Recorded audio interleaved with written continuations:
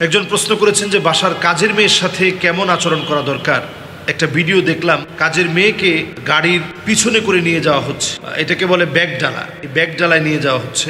এই ভিডিওটা আমারও চোখে পড়েছে, লাখ লাখ মানুষের চোখে পড়েছে যে একটা কাজের মেয়েকে সিটের মধ্যে বসতে দেওয়া হয় না, ব্যাগ ডালাই করে নিয়ে যাওয়া হচ্ছে। এই যে আমাদের একটা বৈষম্য, কাজের মেয়েদেরকে মারধর করা, নির্যাতন করা, তাদের শরীরের মধ্যে গরম পানি ঢেলে দেয়া, ইস্তারি দিয়ে সেক দেয়া, খাবারের কষ্ট দেওয়া, সব খাবার সবাই খাওয়ার পর তাদেরকে যত সামান্য নষ্ট খাবারগুলো দেওয়া, ইসলাম কি বলে? এটা মারাত্মক জুলম।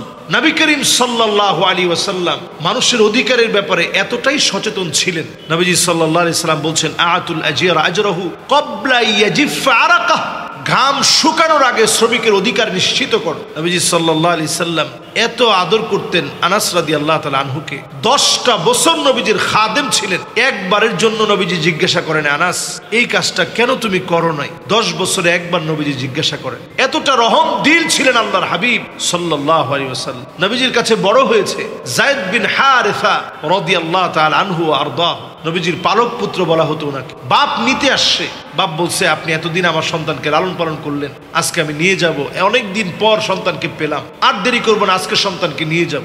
নবীজি সাল্লাল্লাহু আলাইহি সাল্লাম বললেন, কোনো অসুবিধা নাই, যায়েদ যেই ফয়সালা দিবে সেটাই হবে। নবীজি সাল্লাল্লাহু আলাইহি সাল্লাম যায়েদকে প্রশ্ন করলেন, যায়েদ তোমার কি মতামত? তুমি কি তোমার বাবার সঙ্গে যাবে নাকি এখানে থাকবে? যায়েদ বিন হারিসা রাদিয়াল্লাহু তাআলা আনহু পরিষ্কার তিনি জানিয়ে দিলেন, আমি আমার মা বাবার সঙ্গে যেতে চাই না নবীজি, আমি আপনার সঙ্গে থাকতে চাই। নিজের মা বাপকে বাদ দিয়ে যায়েদ বিন হারিসা রাদিয়াল্লাহু তাআলা আনহু নবীজির সঙ্গে ছিলেন। নবীজি সাল্লাল্লাহু আলাইহি সাল্লাম এতটাই আদর মোহাব্বত দিয়ে যায়েদ বিন হারিসা রাদিয়াল্লাহু তাআলা আনহুকে রেখেছিলেন। আনাস রাদিয়াল্লাহু তাআলা আনহু 10 বছরের খাদেম ছিলেন।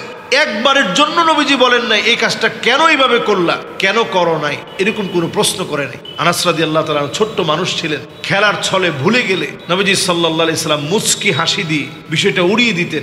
এটাই শাসন হয়ে যায়। আজকে আমরা কাজের মেয়েদের সঙ্গে যে অমানবিক আচরণ, কাজের মানুষ মানি আমার সোফায় সে বসতে পারবে না, এই যে মানসিক একটা বৈষম্য, কাজের মানুষ মানি সে আমার খাটে বসতে পারবে না, সে প্লেট ধুয়ে দিচ্ছে আপনি সেই প্লেটে খাচ্ছেন, সে কাপড় ধুয়ে দিচ্ছে সেই কাপড় আপনি পরছেন, সব আপনি তার ধুয়ে দেয়া কাপড়, তার ধুয়ে দেয়া প্লেট, তার রান্না বান্না করে দেওয়া খাবার আপনি খেতে পারতেছেন, কিন্তু সে আপনার সঙ্গে যাওয়ার সময় আপনার গাড়িতে তাকে একটা সিট দেওয়ার মতো মানসিকতা আপনার তৈরি হয় না।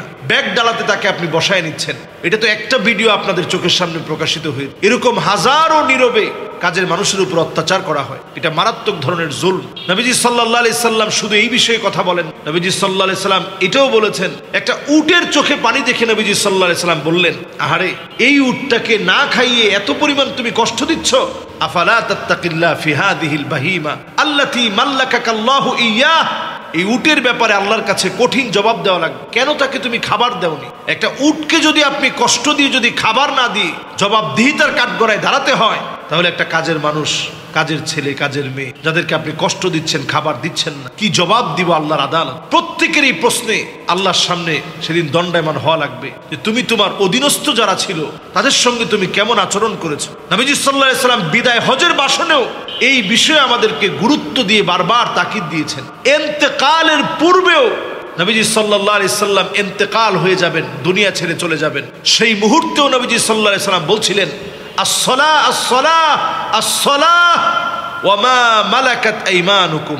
আমাদের হাত, যাদের দায়িত্ব আমাদের হাতে রয়েছে, অধীনস্থ যারা আমাদের হাতে, যাদের উপরে আমাদের কর্তৃত্ব চলে, যাদেরকে আমরা অন্তত আমাদের কাজের জন্য রেখেছি, তাদের সঙ্গে সুবিচার করা, সুন্দর আচরণ করা, তাদের সঙ্গে ন্যায় ইনসাফ ভিত্তিক আচরণ করা, তাদের খাবার দেওয়া, ঠিকমতো বেতন দেওয়া, তাদের খবর নেওয়া। মাসের পর মাস চলে যায়, দারোয়ানের বেতন দেন না, খাবার দেন না, মাসের পর মাস চলে যায়, আপনার কোম্পানির বেতন ঠিক নেই, আপনি 5 ওয়াক্ত নামাজ পড়তেছেন একেবারে প্রথম কাতারে দাঁড়ায়া, আল্লাহ আদালতে জবাব দেওয়া লাগে। এটা বান্দার হক। শহীদ হয়েও যদি কেউ মারা যায়, এরপরেও এই হকের ব্যাপারে আল্লাহ তাআলা জিজ্ঞাসা করেন। এই জন্য যে প্রশ্নটা এসেছে এটা আমাদের প্রত্যেকেরই নজরে পড়েছে। আল্লাহ তাআলা আমাদের প্রত্যেককে বুঝদান করুক, মানুষের সাথে মানবিক আচরণ করার তৌফিক আল্লাহ তাআলা দান। আসসালামু আলাইকুম ওয়া রাহমাতুল্লাহি ওয়া বারাকাতুহু।